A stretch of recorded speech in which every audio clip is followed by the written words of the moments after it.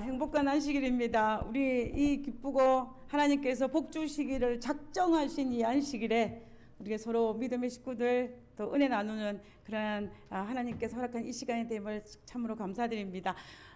주변에 있는 분들과 행복한 안식일 가볍게 인사 나누시기 바랍니다. 예. 하나님께서 우리에게 복 주기로 작정하신 날이니 서로 덕담하고 행복한 안식일 되었으면 좋겠습니다.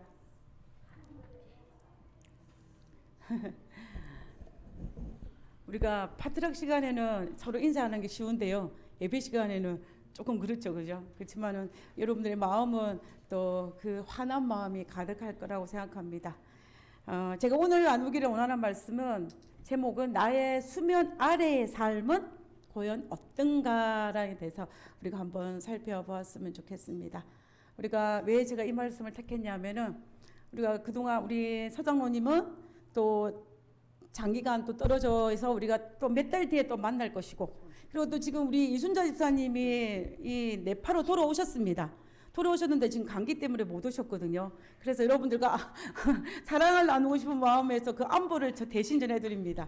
그리고 이진분 성도님도 또 안부를 대신 전해드립니다.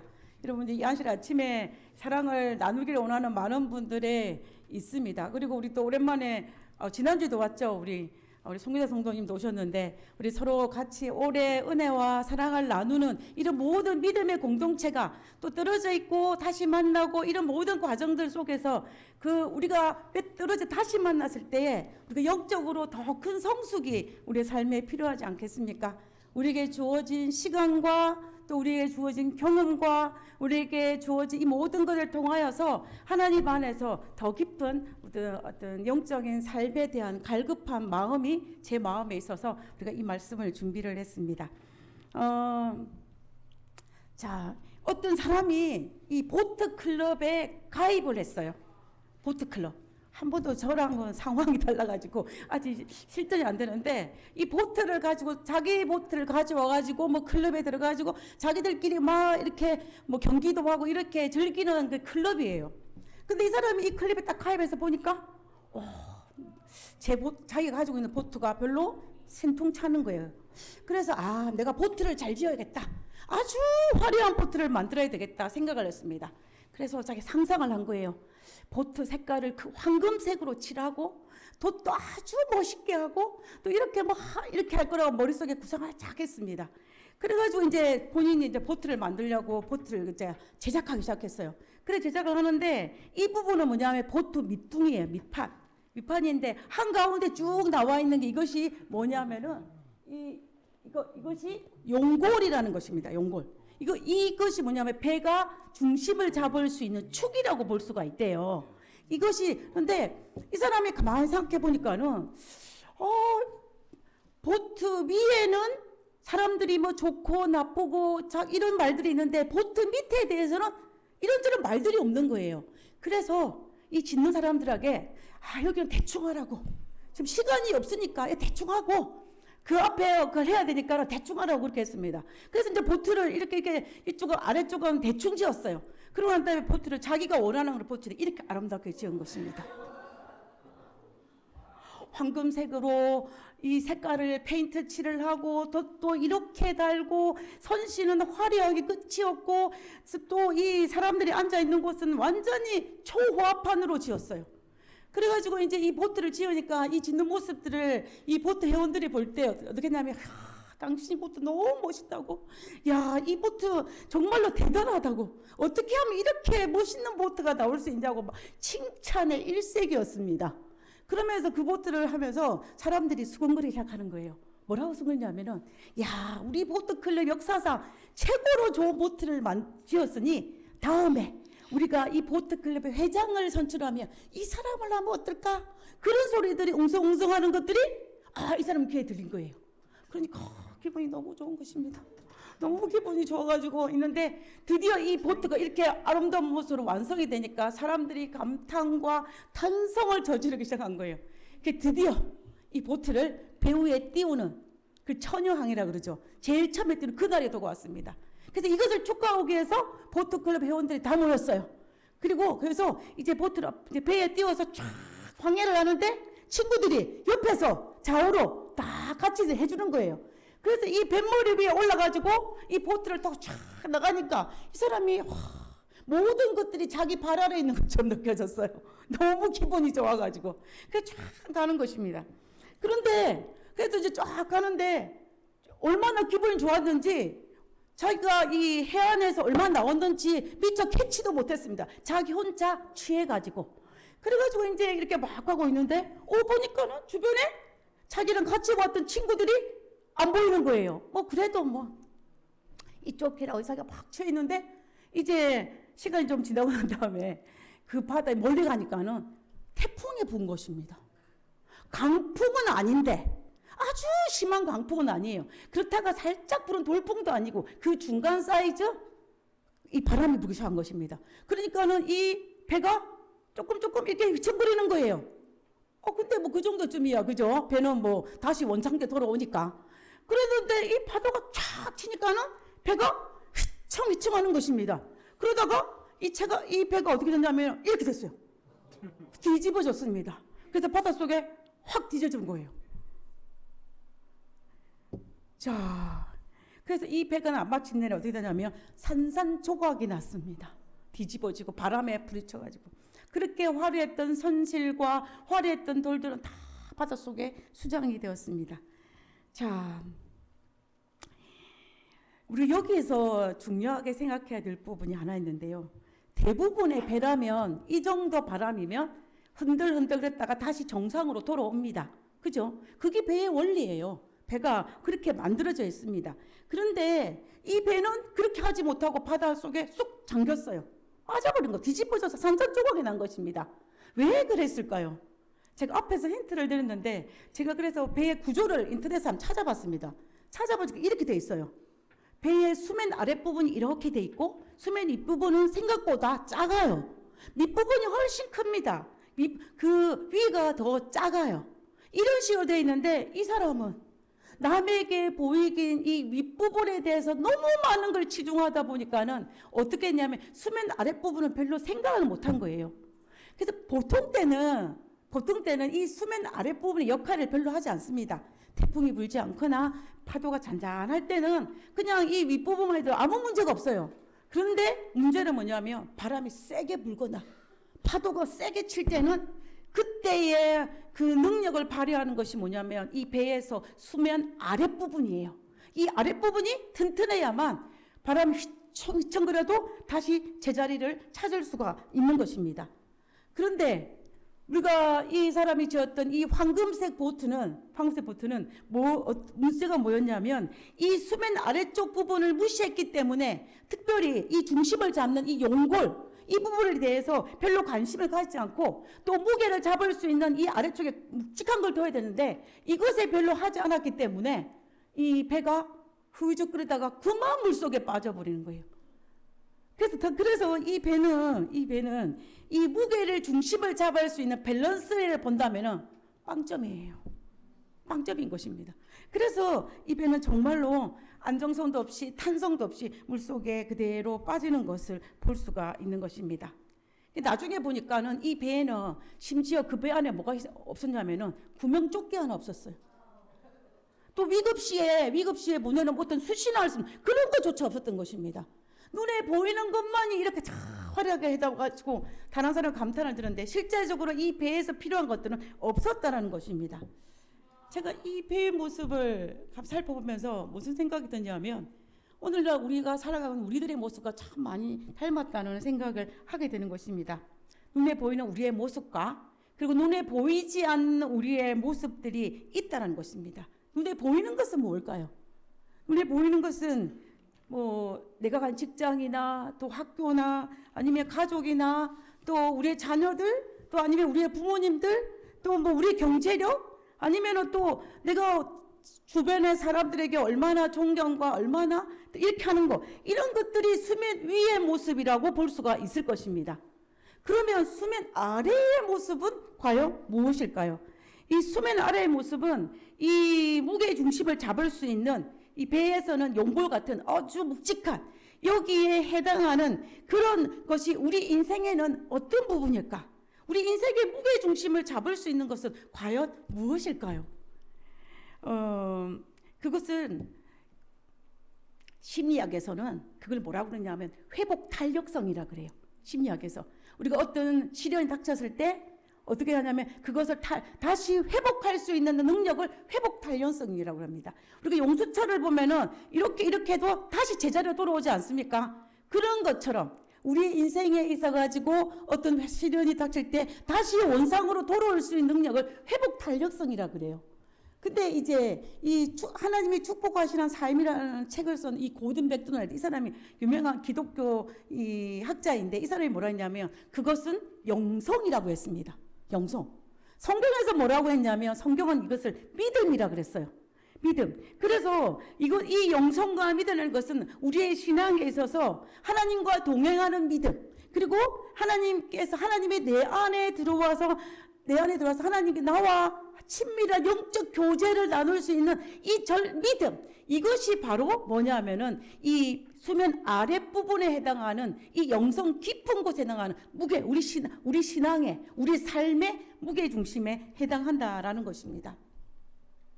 성경에는 이 히브리서 저자는 특별히 그 히브리 11장에 보면 믿음의 노동들이 쫙 나오지 않습니까? 몇 명이 나오냐면 16명이 등장을 해요. 그 중에 두 번째 등장하는 이 에녹이라는 사람이 있습니다. 이 에녹이 가진 믿음을 설명할 때에 그 에녹이 이 수면 아래가 얼마나 튼튼했는지를 잘 보여주는 그러한 걸 볼 수 있는데, 우리가 한번 보겠습니다. 히브리서 11장 5절에 있는 말씀입니다. 믿음으로 에녹은 죽음을 보지 않고 옮겨졌으니 하나님이 그를 옮기심으로 다시 보이지 아니하였더라. 그를 옮기시기 전에 하나님을 기쁘시게 하는 자라 하는 증거를 받았느니라.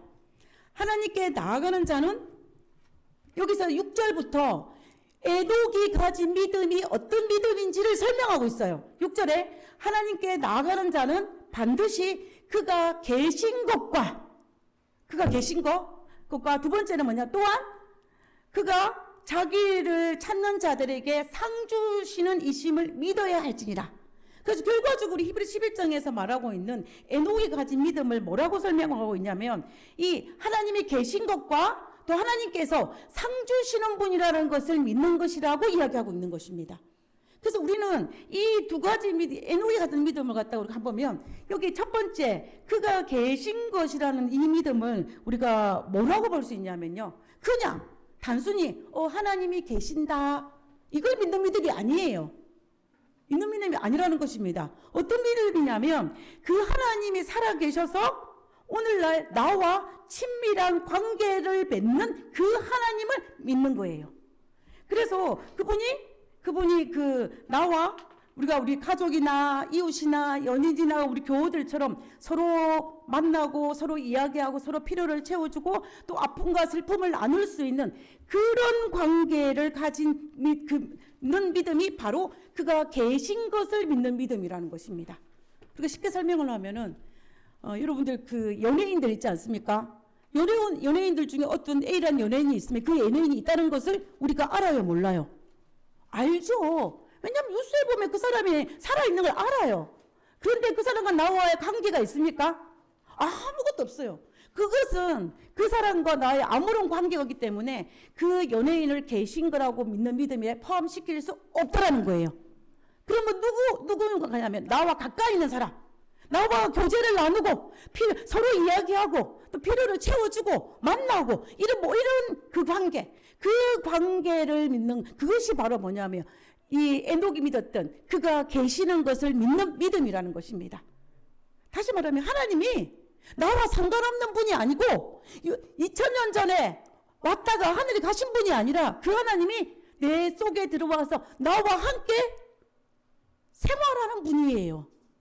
그것을 믿는 믿음이 그가 계신 것을 믿는 믿음인 것입니다. 그 다음에 두 번째는 뭐냐면 상주심을 믿는 믿음이에요. 상주심을 믿는 믿음. 이 상주심에 해당하는 헬라어를 보면 뭐라 했냐면 미스타 포테테스라는 이름인데, 제가 왜 이 단어를 가져왔냐면요, 이 의미는 뭐냐, 싹을 지불하는 자라는 뜻이에요. 보상하는 자라는 뜻입니다. 무슨 말이냐면 하나님께서 우리에게 보상해 주신다는 거예요. 그럼 무엇을 보상해 주시냐? 단지 우리가 마지막 때에 우리에게 구원을 베풀어 주시는 그 보상만을 의미하는 것이 아닙니다. 여기서 말하는 이 보상은 하나님과 함께함으로 말미암아 그리스도인으로 누릴 수 있는 모든 특권들이 이 사이에 포함되어 있어요. 다시 말하면 우리가 하나님께 기도했을 때 응답받는, 그리고 내가 하나님 앞에 뭔가를 이야기했을 때 위로받을 수 있는 내 삶 속에 역사한다는 믿음, 그리고 또 내가 나에게 가장 좋은 것을 주신다는 믿음, 그리고 나에게 가장 지금은 내가 비록 예를 들면 힘들지만 그럼에도 불구하고 하나님은 지금도 나를 여전히 영광스러운 곳으로 인도하고 있다는 사실을 믿는 믿음이 바로 상 주시는 이심을 믿는 믿음이에요. 그래서 우리가 에녹을 이야기할 때 뭐라고 이야기합니까? 에녹은 하나님과 동행하는 사람이라고 이야기해요. 그죠? 딱 동행. 이 동행이란 말 하나 속에 그 앞에 두 가지의 믿음이 다 포함되어 있는 것입니다. 그가 계신 거, 그가 상주심을 믿는 거. 그렇기 때문에 하나님은 멀리 떨어져 있는 분이 아니고 성경책 속에 들어있는 하나님이 아니고 2000년 전에 왔다 가신 하나님이 아니라 오늘도 지금도 살아서 우리 곁에서 우리의 필요와 우리의 모든 것을 함께 공유하고 나누는 그 하나님을 믿는 믿음이 바로 뭐냐면 에녹이 믿었던 하나님이에요. 그 믿음이 가졌던 에녹이 수면 아랫부분이 정말로 튼튼했다는 것을 단적으로 보여준 것입니다. 그래서 하나님께서 그를 하늘에 데려가셨다라고 했어요. 그를 믿음의 노독 16명 중에 넣었던 것입니다. 우리가 우리 주변에 있는 사람들을 살펴보고 내 모습을 반추해보면 평생을 살아오면서 수면 이 윗부분에만 신경을 쓰는 경우도 있고 사람도 있어요. 그러면 그 사람들은 또 이 명예나 이런 외부적인 것들에 의해 신경을 많이 쓰는 것입니다. 근데 어떤 사람들은 수면 아랫부분에 신경을 쓰는 사람이 우리 주변에 있는 것입니다. 아무 일이 없을 때는 수면 윗부분이 화려한 것은 매력적이에요. 매력적이지 않습니까? 그러나 문제는 뭐냐면 우리에게 환난과 위기가 닥치면 그때가 문제라는 것입니다. 그때가 문제인데 이 아랫부분이 튼튼하면 위기 때에 아주 매력적인 것을 볼 수가 있는 것입니다. 제가 지금 교회에 나온 지 대충 보니까 한 거의 40년이 됐어요. 저도 많이 됐습니다. 이제 거의 40년이 됐는데 근데 뭐 별로 바뀐 건 없지만 불행하게도 바뀌가려고 지금 노력하고 있지만 이 40년의 생애를 살아오면서 제 마음속에 느낀 건 뭐냐면 저는 이 수면 아랫부분이 튼튼한 사람들을 정말 축복받아서 많이 봤어요. 제가 그런 분들을 볼 때마다 제가 참 감동을 받고 그리고 위로를 받고 또 뭐냐면 나도 저런 사람처럼 되고 싶다라는 그런 마음을 참 많이 가집니다. 그리고 하나님 나도 저 사람처럼 저런 믿음을 가지게 해달라고 제가 기도를 하는 경우가 볼 수가 있는데요. 우리에게 이 수면 아랫부분이 우리의 삶의 위기 때에 큰 역할을 하기 때문에 이 부분이 그래서 중요한 것입니다. 그래서 우리는 이 수면 아랫부분에 대해서 신경을 써야 돼요. 써야 됩니다. 그래서 그래야만이 폭풍이 불고 또 이렇게 할 때에 우리가 바닷속에 전복되지 않을 수 있는 것입니다. 그래야만이 때로는 흔들릴 수 있지만 흔들릴 수도 있어요. 그죠? 흔들릴 수는 있지만 그러나 뒤집히지는 않고 다시 제자리로 돌아올 수 있는 이 탄력성은 가질 수 있는 것입니다. 그래서 우리가 이 수면 아랫부분에 대해서 우리가 정말 많은 것들을 신경을 쓰면서 우리가 살아야 한다는 것입니다. 우리에게 주어진 시간이나 그리고 우리에게 주어진 경험이나 그리고 우리에게 주어지는 이런 모든 이런 것들을 통하여서 내가 할 수 있는 모든 걸 통하여서 나의 수면 아랫부분에 그 회복 탄력성의 영성의 믿음에 좀 더 단단한 그런 믿음을 가져야 된다는 것입니다. 그래서 그가 계신 것과 그가 상 주시는 이심을 내 매일의 삶 속에서 경험하고 또 그것을 끄집어내서 묵상하고 또 말씀을 통해서 확인함을 통하여서 우리가 그런 믿음을 가지는 것이 필요하다는 것입니다. 한 번은 예수님을 찾아온 한 청년이 있었습니다. 이 사람이 수면 위는 굉장히 튼튼한데 수면 아래가 아주 연약한 사람이었어요. 이 사람이 예수님을 찾아왔습니다. 이 사람을 우리가 부자 청년이라고 하는데요. 예수님의 공생애가 마치는 거의 마지막 시기에 이 부자 청년이 찾아와서 예수님을 찾아와서 무릎을 탁 꿇은 것입니다. 이 시기에 오냐면 예수님이 마지막으로 예루살렘에 가고 있을 때예요. 여리고에 도착하기 전에 가는 도중에 이 부자 청년이 와가지고 탁 무릎을 꿇었습니다. 우리가 이 청년의 이야기가 이 사복음서에 등장을 하는데요. 이 마태에서는 이 사람에 대해서 한 사람이라고 그랬습니다. 한 사람. 근데 이 마가에는 한 사람이라 그랬고 마태복음에서는 뭐라고 했냐면 이 사람을 부자라 그랬어요. 부자라 그러고 청년이라 그랬습니다. 그리고 누가복음에서는 이 사람을 뭐라고 했냐면 관원이라 그랬어요. 그러면 이 모든 것들을 다 종합해 보면 이 청년은 부자고 청년이고 관원이었다는 것을 알 수가 있어요. 그리고 이 사람이 관원이었다라는 말을 통하여서 이 사람의 최소한의 나이는 30살 이상이라는 것을 알 수가 있습니다. 그 당시 유대인들이 관직에 나오기에는 30살이 되어야 했었어요. 그렇기 때문에 이 사람은 청년이라는 걸 봤을 때 이 사람이 아마 30대 초반에 관직에 오른 사람이었구나라는 것을 우리가 짐작할 수가 있는 것입니다. 그러니까는 어떻게 되겠어요? 부자고 관직에 오르니까는 아마 많은 사람들이 보기에 좋아 보였겠죠. 그렇지 않겠습니까? 좀 더 다른 사람 보기에는 좀 화려한 돛을 가지고 있는 사람이 이 사람에 해당한다라고 볼 수가 있는 것입니다. 그래서 근데 그 청년이 어디로 오냐면 예수님을 보자마자 무릎을 꿇고 이렇게 예수님을 찾아온 것입니다. 그리고 그가 예수님께 질문을 합니다. 뭐라고 질문을 하냐면 이렇게 질문해요. 어떤 사람이 마태복음이니 어떤 사람이 와서 말하기를 주께 와서 이르되 하나님이여 무슨 선한 일을 하여야 영생을 얻으리까라고 질문합니다.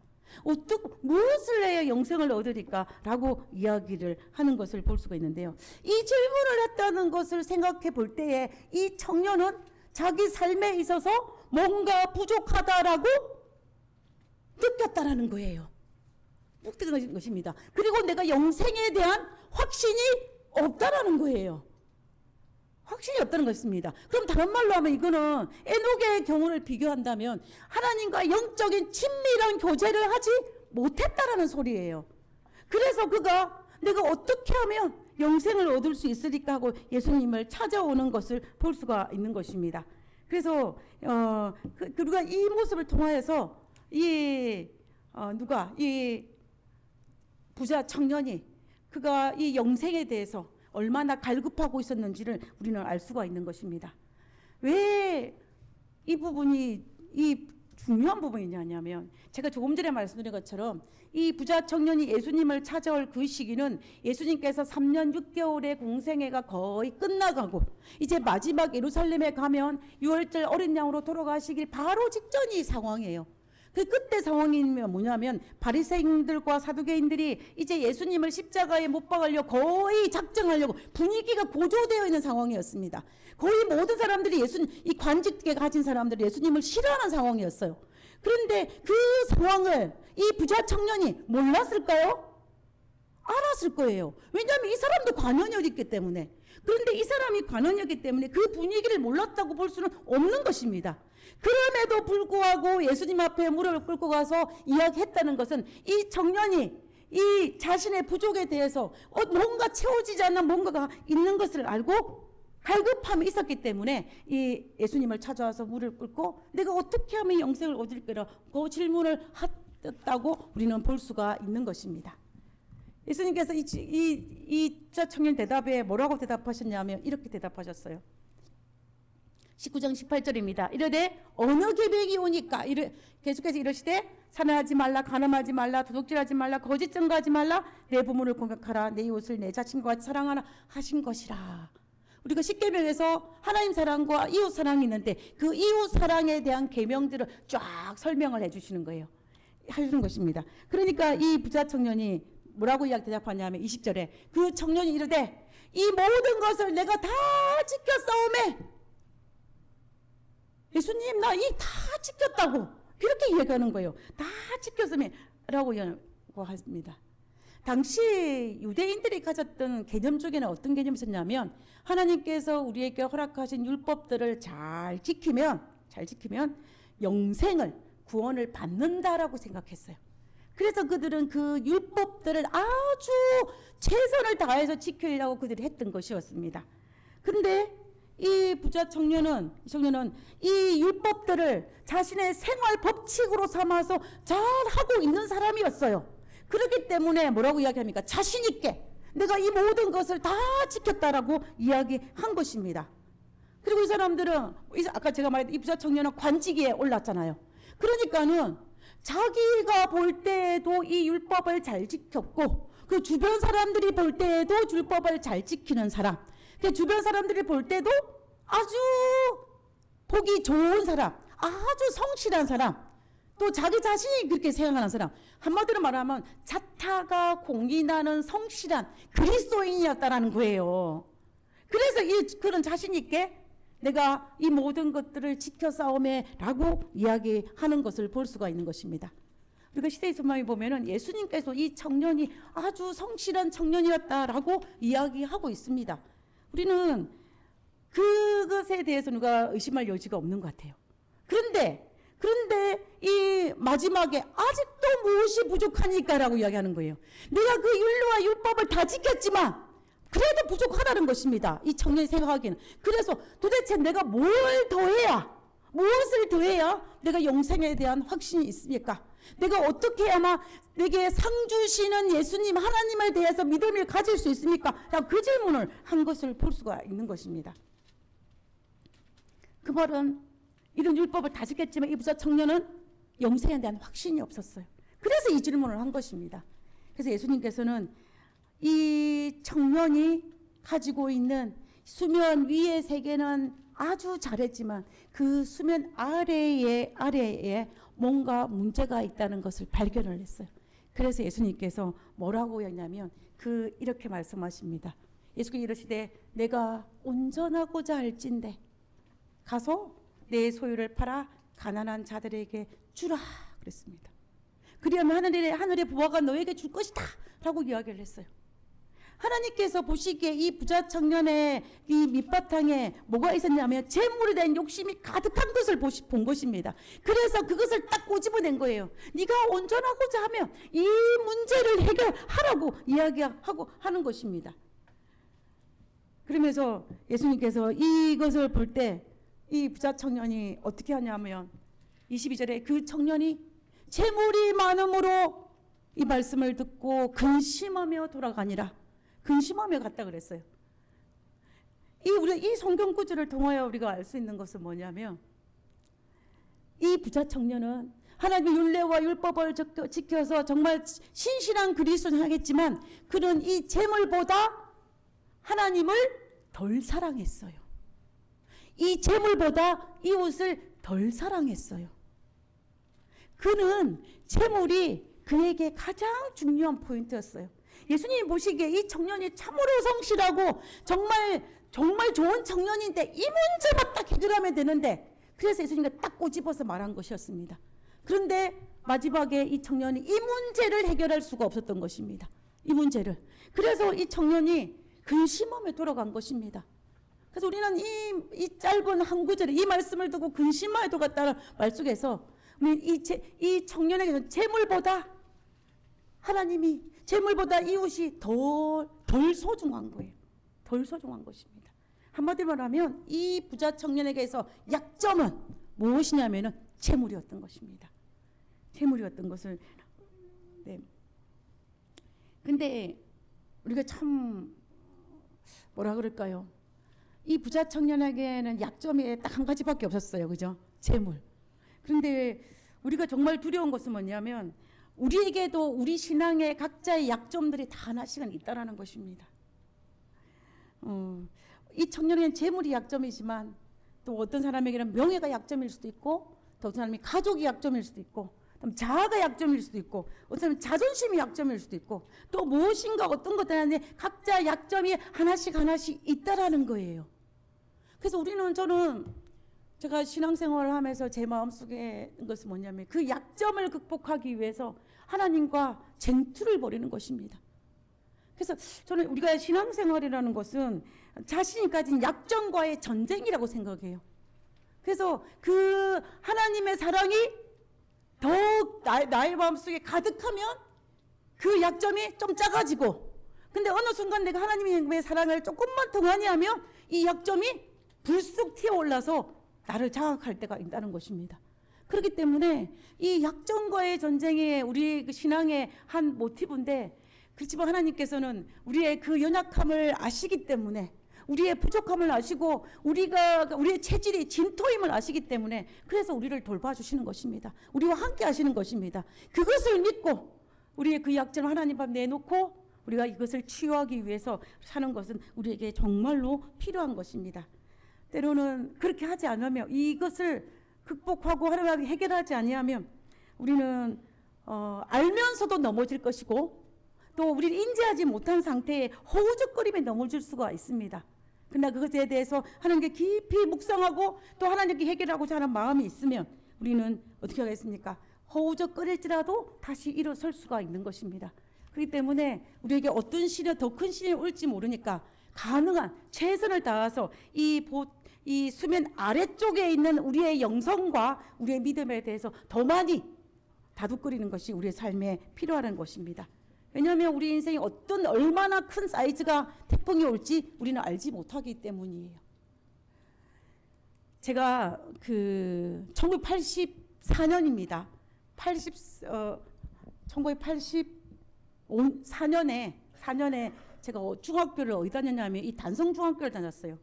경상남도 산청군에 있는 작은 읍내 마을에 있는 학교입니다. 근데 이 학교가 단성중학교를 제가 1학년으로 다녔는데, 이 학교를 제가 2학년을 다녔는데 1학년 84년도에 이 학교를 다녔는데, 이 학교는 보면은 가운데 뭐가 있냐면 경호강이 흘러요. 이 경호강은 지리산에부터 시작해서 이 강줄기가 생성이 돼가지고 경남 일대의 모든 식수를 책임지는 아주 중요한 강이에요. 근데 이 강인데, 여기에 이 중학교를 다니기 위해서는 그 주변에 인근에 있는 학생들이 이 학교를 다녔거든요. 근데 이쪽에 있는 사람들은 이 학교를 가기 위해서는 이 경호강에 나와 있는 다리를 건너야만이 학교를 갈 수가 있어요. 저도 이쪽에 있었거든요. 그래서 이 학교당 3분의 1이 이 다리를 건너야만 학교를 가고, 나머지 3분의 1은 저쪽에 있는 친구들이었어요. 근데 1984년도에 무슨 일이 있었냐면 태풍이 왔습니다. 태풍이 왔는데, 와, 수십 년 만에 큰 태풍이 오고 엄청난 비가 쏟아졌어요. 엄청난 비가 쏟아져서 얼마나 비가 많이 오고 했는지 댐들이 물을 잘 조절을 했는데도 너무 갑자기 많은 양의 비가 와가지고 감당을 못했습니다. 그래가지고 어떻게 됐냐면은 이 비를 이제 댐에서 풀어주고 하기 때문에 이 경호강 지금 학교 앞에 이 다리의 위치를 보면요, 이 물이 갑자기 꺾어지는 물이기 때문에 그 물살이 세져요. 그래서 이 다리가 그 다음날 비가 오고 태풍 난 다음에 어떻게 되냐면 다리가 이렇게 무너졌어요. 원래 이 다리는 아니에요. 그림상에 제가 찾을 수 없죠. 84년도 거니까 다리가 가운데가 뚝 무너졌어요. 이 무너져 놓으니까는 어떻게 됐냐면은 학교를 갈 수가 없잖아요. 그래서 지금도 제가 기억이 납니다. 몇 달 동안 돛담배를 타고 왔다 갔다 하면서 학교를 갔던 기억이 있어요. 근데 문제는 뭐냐면 이 다리를 보수를 해야 되잖아요. 그래서 다리를 이제 보수하기 위해서 여러 사람들이 이제 하게 것입니다. 그래서 빨리 이 다리를 완성을 시켜야 돼요. 그래야만 이 다리가 왜 중요하냐면 이 마을과 마을을 연결시키고 군과 군을 연결시키기 때문에 이 다리가 굉장히 중요한 다리였어요. 빨리 이걸 회복시켜야 되니까는, 자, 이거 빨리 어떻게 할 것인가를 의논을 해서 어떻게 했냐면은 이 수십 년 만에 이 엄청난 비가 왔으니까 이 수십 년 만에 와서 감당할 수 있을 만큼의 다리를 짓자라고 의논을 해가지고 다리를 지은 것입니다. 그래서 그 당시 진주에 있는 방송국에도 이 이야기를 싣고 사람들이 이야기했어요. 그래서 수십 년 만에 비가 내린 이 비를 감당할 수 있는 다리를 쫙 지었습니다. 몇 달 만에. 그래서 우리가 어떻게 했냐면은 다리를 건너서 학교를 갔던 기억이 있어요. 근데 문제는 뭐냐면 그 다음에가 문제죠. 1985년이 되었습니다. 제가 중학교 2학년. 85년이 됐는데, 와, 그때는 100년 만에 태풍이 왔어요. 와, 수십 년 만에를 대비해서 딱 다리를 완성을 하는데 이 태풍은 100년 만에 태풍이 온 거예요. 비가 하루 만에 어마어마한 양이 내렸습니다. 그래서 이 그 다리 건너기 직전에 그 원지라는 자그마한 마을이 읍내 같은 게 있어요. 그것이 물에 잠겼어요. 그 해에. 그렇게 엄청나게 비가 온 것입니다. 그 태풍 지나고 난 다음에 어떻게 됐을까요? 야, 이 다리는요 흔적도 없이 사라졌어요. nothing. 아무것도 없이. 제가 이 모습을 눈으로 지켜봤거든요. 그래서 우리의 믿음이 이만큼이면 괜찮아 라고 생각하지만 우리 인생에 얼마만큼 사이즈의 환란이 태풍이 올지 아무도 모른다는 것입니다. 그래서 내가 할 수 있는 최선을 다해서 수면 아래의 믿음의 영성을 더 개발시키는 것이 필요해요. 우리가 선교지에 가서도 우리가 있는 곳에서도 우리가 무엇을 하든지 말씀을 보든지 무엇을 하든지 간에 우리는 이 수면 아래를 튼튼히 하기 위해서 그가 계시는 것과 그가 상 주시는 것을 믿는 믿음을 키워서 우리의 영성을 키워줘야만 우리가 튼튼한 그러한 사람이 살 수가 있다라는 것입니다. 이것이 우리에게 주어진 시간에 우리가 이루어내야 할 우리의 숙제예요. 이것에 등한히 하게 되면은 이것처럼 흔적도 없이 사라질 수 있다는 것을 우리가 생각해 돼야 된다는 것입니다. 우리가 이 성경에 보면은 이 수면 아래 세계를 아주 잘 다스린 사람과 수면 아래를 등한히 한 사람이 아주 대조적으로 등장하는 많은 인물들이 성경에 등장하는 것을 볼 수가 있어요. 우리는 그 많은 사람을 찾아볼 수는 없지만 단적으로 우리 두 사람을 한번 살펴보기를 원합니다. 성경에서 수면 아래 세계보다 수면 위가 튼튼했던 대표적인 사람이 사무엘상 28장에 등장하는 사울이 아닐까라는 생각을 듭니다. 사무엘상 28장에 보면은 사울이 블레셋 사람들의 군대를 보고 두려워서 그의 마음에 크게 떨린지라 그랬습니다. 여러분 사울이 누군지 아시죠? 사울은 첫 번째 왕이에요. 이스라엘에. 하나님께서 이 사울을 딱 선택할 만큼 믿음의 사람이었습니다. 그죠? 그러니까 사울의 믿음의 초창기 믿음에 대해서는 우리가 열심할 여지가 없어요. 왜냐하면 하나님이 선택하셨으니까. 그런데 그 시간이 점점 지나면서 이제 왕위에 올라오고 이런 많은 과정을 통해서 40년이 차면서 그 사울은 수면 아래의 세계는 젊었을 때는 튼튼했는데 그래서 하나님으로부터 그 왕으로 기름 부음을 받았는데 40년이 지나면은 과정에 있으면서 그는 수면 위에 떠오르는 이 왕권에 대한 왕위에 대한 것에 너무 추동하다 보니까 뭐에 신경을 못 쓰냐면 수면 아래 세계를 신경을 못 쓴 것입니다. 그래서 그가 거의 40년이 지나고 난 다음에 이 블레셋 군대를 보고 두려워서 벌벌벌 떨었어요. 여러분 이 사울을 전쟁에 능한 왕입니다. 사울이 얼마나 많은 전쟁을 했는지 몰라요. 사울이 왕위에 오르난 다음에 40년 동안 수많은 전쟁을 했고 수많은 전쟁에서 승리를 이끈 사람이 이 사울이었어요. 그 사울은 그 옛날 과거에 이 블레셋과의 전쟁에서 승리한 경험이 있습니다. 그러니까는 또다시 쳐들어온 블레셋에 대해서 옛날에 경험도 있고 나는 많은 전쟁에서 경험도 있기 때문에 이렇게 무서워 벌벌 떨 필요가 없어요.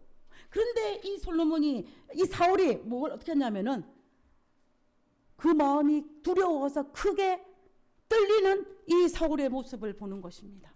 그래서 사울이 어떻게 하냐면요. 사울이 엔돌에 신접한 여인을 찾아가서 죽은 사무엘을 불러내려고 그래요. 여러분 이 장면에서 우리가 생각해 볼 것이 있어요. 사울이 엔돌에 신접한 여인 한마디로 말하면 뭘까요? 무당을 찾아가서 죽은 영혼을 불러내는 것이 이것이 진실이 아니라 허상이라는 것을 사울이 알았습니다. 왜 그것을 알았다고 제가 이렇게 단호하게 이야기하느냐? 왜냐하면 그 앞에 걸 보면은 사울이 그 이스라엘 땅에 신접한 여인들 다 쫓아냈어요. 신접한 사람들, 무당들 다 쫓아낸 것입니다. 이것이 허상이었기 때문에, 이것이 하나님 보시기에 합당치 않았기 때문에 다 쫓아냈어요. 누가? 사울이. 그런데 사울이 지금 급하다 보니까는 이것이 아닌 줄을 알면서도 엔돌에 신접한 여인을 찾아가서 죽은 사무엘을 불러내는 거예요. 아무도 하나님의 선지자도 아무도 내게 말을 못해주니까 너무 급해서 아닌 줄을 알면서도. 여러분 혹시 이런 경험이 있지 않으십니까? 안 됩니다.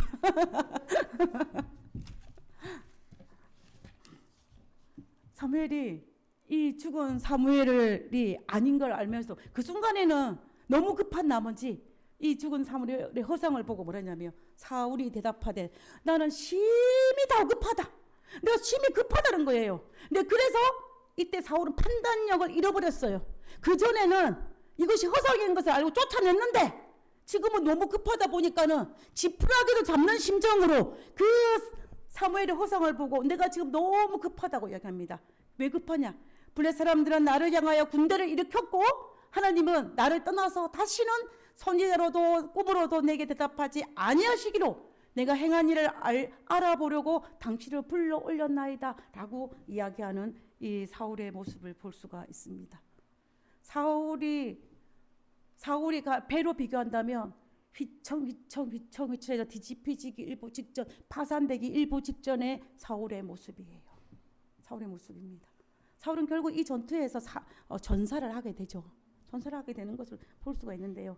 사울은 왕위에 오르난 다음에 40년 동안 그가 왕으로서의 그것에 대한 눈에 보이는 수면 위의 세계를 너무 치중하다 보니까 40년 지나고 40년 전에는 수면 아래가 튼튼했는데 40년이 지나고 난 다음에 이 수면 아래가 이렇게 약해져 있었던 것입니다. 그래서 그 위기 상황에 이렇게 벌벌 떨고 있는 사울의 모습을 본 것입니다.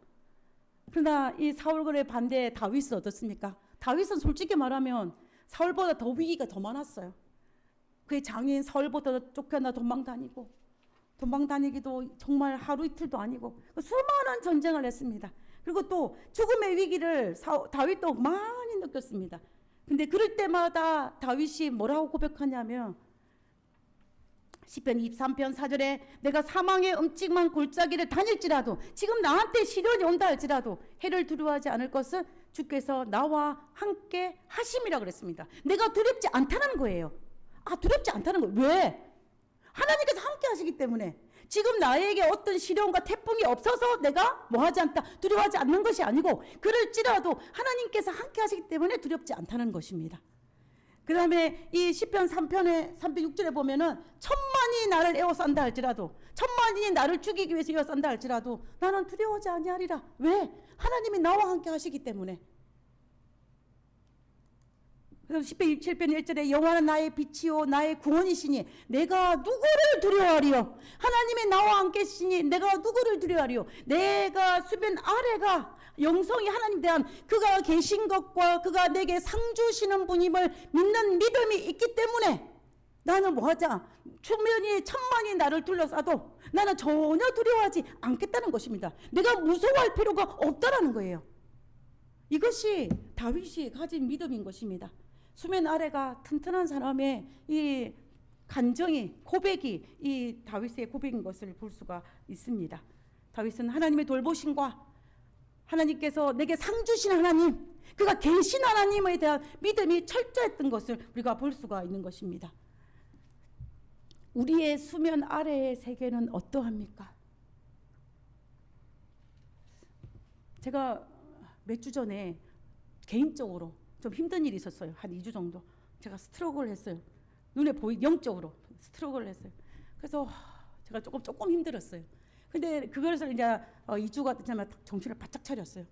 왜 차렸냐면 하나님께서 이 문제도 해결해 주실 것이고 하나님께서 이 일도 해결하실 것이고 하나님께서 제 눈에 보기에는 이럴지라도 하나님께서는 또 다른 그 안에서 역사하시고 사역하고 계신다는 것을 제가 믿기 때문에 그것에서 수렁에서 빠져나올 수가 있었어요. 저는 제 개인적으로는 제가 힘든 일이 있을 수 있잖아요. 그러면은 남편이 위로해도 별로 도움이 안 돼요. 솔직히. 조금은 도움이 되죠. 뭐 하나 도움 안 된다는 말은 거짓말이고. 그리고 우리 교우님들이 이렇게 해도 도움이 돼요. 왜 안 돼요? 되죠. 그러나 근본적인 문제는 해결하지 못하더라고요. 근데 그 나의 내면에 있는 이런 것의 근본적 해결할 수 있는 가장 큰 거는 뭐냐면 하나님의 말씀에 대한 확신이에요. 그것이 딛고 용술처럼 딱 일어설 수 있는 그 파워가 그 말씀이라는 것을 제가 살아오면서 참 많이 느꼈습니다. 우리가 신앙이라 하나님을 믿는다는 것이 바로 그건 같아요.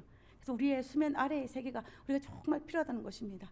우리가 제가 언젠가 한번 읽었던 책 속에 어떤 내용이 있냐면은 우리가 그 그리스도인으로서 하나님을 믿지 않은 사람에게 어떻게 가장 강력하게 우리가 그리스도인이라는 사실을 증거할 수 있을 것인가에 대한 문제였어요. 내가 안식 아침에 성경책을 들고 교회 나올 때, 아니면 기도할 때, 말씀 볼 때, 성경절을 암송할 때가 아니라는 거예요. 그럼 언제냐면은 내 인생의 폭풍에 부딪힐 때, 그때 편안히 잠드는 때 하나님을 믿지 않은 사람들에게 가장 큰 감동을 준대요. 제가 그 글자를 읽으면서 제 마음속에 강한 울림이 왔어요. 그래, 하나님께서 함께 하실 때에, 함께 하셨다는 거 믿을 때에 폭풍이 불어도 잠잘 수 있는 거예요. 잠잘 수 있는 것입니다. 그러한 것이 바로 수면 아래의 세계가 아주 튼튼한 것이라는 것을 우리가 알 수가 있는 것입니다. 그래서 우리는 에녹처럼, 다윗처럼 내 수면 아래의 세계를 튼튼히 하여서 내게 상 주시는 하나님, 그가 계신 하나님을 믿는 그 에녹의 믿음을 가짐으로 말미암아 우리의 인생에 어떤 폭풍이 몰려온다 할지라도 우리는 휘청거릴지라도 다시 똑바로 설 수 있는 그런 그리스도인으로 우리가 살아야 할 것입니다. 우리 선교사로 가시는 우리 두 분에게도, 그리고 남아있는 우리에게도 다시 몇 달 뒤에 다시 만날 그 순간에 우리가 좀 더 영적으로 이 수면 아래의 세계가 좀 튼튼해져서 우리가 굳게 설 수 있는 그런 우리가 되었으면 좋겠습니다. 우리가 기도로 응원할 것이고요. 그리고 또 우리가 서로 사랑으로 응원할 것입니다. 그리고 또 분명히 이 건강하게 돌아오실 것이라 확신이 있습니다. 하나님께서 이 일에 역사하셔서 우리 모두에게 정말 기뻐하는 그러한 우리 모두가 되었으면 좋겠습니다. 하나님께서 그러시면 내게 반드시 약속하신 그 상을 베풀어 줄 것입니다. 그 축복받는 우리 모두가 되기를 간절히 바라면서 오늘 말씀을 마치도록 하겠습니다.